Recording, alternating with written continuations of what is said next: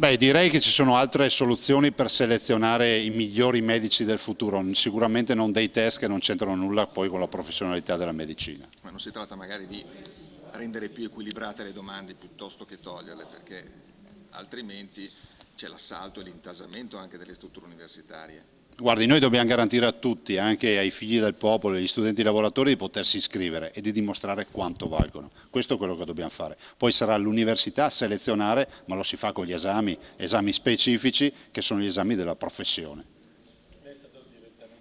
Sono raccapriccianti, vergognosi, banali, nel senso che non c'entrano nulla con una selezione rispetto, che so, alla propensione verso la medicina piuttosto che verso la chimica o l'ingegneria. Sono test fatti da gente che non sa neanche di cosa si sta parlando e prendiamone atto perché i futuri premi Nobel della medicina non si selezionano così. Beh, sull'alluvione abbiamo innanzitutto questi 7-8 comuni della Bassa Padovana che sono stati interessati da questa bomba d'acqua. Attualmente abbiamo all'opera circa 1000 volontari, più i vigili del fuoco, 200 famiglie interessate, 28 sfollati e è una realtà che ci ha mandato in crisi e soprattutto adesso incrociamo le dita per le previsioni del tempo. Se dovesse piovere ancora tanto così cominciamo ad avere problemi per la piena dei fiumi nel bacino del Brenta. A proposito di previsioni del tempo, non le dispiace che Jesolo abbia fatto una convenzione per avere previsioni più attendibili con l'aeronautica militare e non con l'ARPA, l'Agenzia regionale per l'ambiente? Beh, guardi, l'importante è che abbia fatto una convenzione, perché fidarsi di quelle che si vedono in TV mi sa che non va sempre bene. È un bel segnale, e dopodiché ognuno va dove vuole e confronteremo quelle dell'aeronautica con le nostre, poi vediamo chi aveva ragione. Beh, l'ha chiesto tardivamente, a me l'ha chiesto di persona, quindi non serviva chiederlo attraverso la stampa.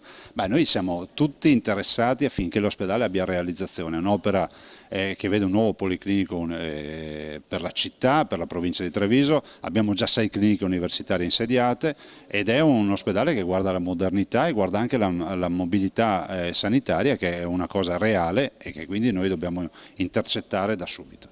Domani, dopo molto tempo, si riunisce a Roma il Comitatone per la salvaguardia di Venezia e così tutte e 7 le proposte sul campo verranno discusse con pari dignità. Beh, ci sarà modo di discutere, di affrontarle tutte. Io porterò ovviamente la nostra posizione, che è quella del sì all'uscita delle grandi navi dal bacino San Marco, dal canale della Giudecca, sopra le 40.000 tonnellate, come prevede il decreto, però altrettanto è vero che resto fermo sulla posizione dell'arrivo, cioè l'attuale marittima, e del fatto che bisogna definire una viabilità alternativa. Beh, gli espropri nella pedemontana veneta, nei 99 km di nastro d'asfalto, riguardano moltissime aziende, molti cittadini e cubano circa 370 milioni di euro, che sono risorse che poi tornano nelle nostre famiglie e verranno ovviamente reinvestite nel territorio oppure daranno vita a dei risparmi ovviamente dei singoli cittadini.